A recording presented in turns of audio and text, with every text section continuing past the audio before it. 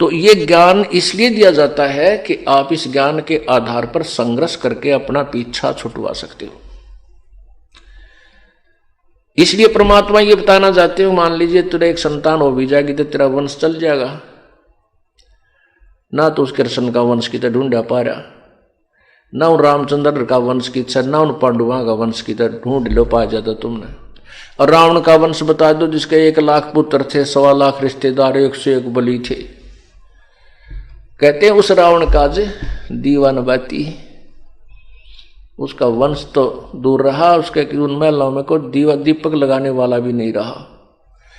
इसलिए परमात्मा इस सारे ज्ञान को समझा कर हमें क्या बताना चाहते हैं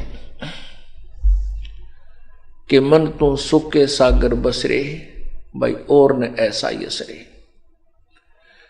अब एक और जाल काल का, अब जैसे किसी का संतान नहीं होती, कोई बेटी बहन के हैं, और वो फिर बस इससे तड़फ में मर जाए, भगवान एक संतान ना हुई, मेरे बालक हो जाते, न हो जाता, फिर वो मर जाती है। मरते समय भी वो औरों की संतान को देखती है, उस समय वृद्धा होकर के, और फिर भी न्यों कहे भगवान मेरे भी आज बच्चे होते थे, मेरे बेटे चौगरदा खड़ी चारों तरफ खड़े होते हैं। वो मरने के बाद उसने सूरी बना देता है, ये काल उसको सूअर की जूनी देता है, सूअर की योनि में वह सूरी बनकर के एक ही बार में 18 बच्चों को जन्म देती है। अब काल खड़ा खड़ा हंसता ले कितने बच्चे चाहिए, इतने 18 एक बार पैदा करती है। ऐसी दुर्गति ये काल हमारी कर रहा है, इसको कोई रहम नहीं। लेकिन हमारे पिता परमात्मा पूर्ण ब्रह्म सत्य पुरुष कबीर जी रोते रहते हैं हमारे इस दुख को देख, क्योंकि हम सभी, चाहे आज कोई हाथी बना है, चींटी बना है, कोई रंक बना है, राजा बना है, किसी भी मजहब धर्म में मानव बना है, ये सब आत्मा एक ही परम पिता की है।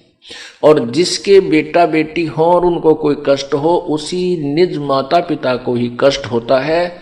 अन्य रिश्तेदार तो अस्थायी कुछ समय के लिए ही आते हैं और थोड़ा सा दुख व्यक्त करके अपना अपना रास्ता नाप जाते हैं।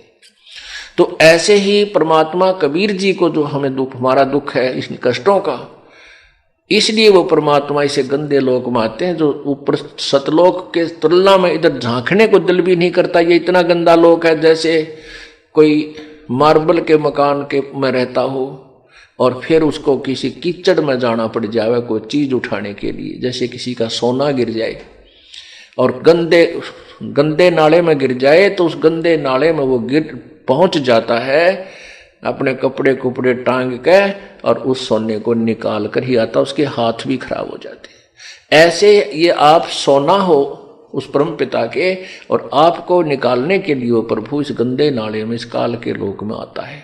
और हम फिर भी परवाह नहीं करते, हमें उठा करके किनारे पर रखता है, दूसरे को उठाने जाता है, इतने वापस फिर उसी में गिरे मिलते हैं। हम ऐसे बच्चे हैं, अबोध बालक है।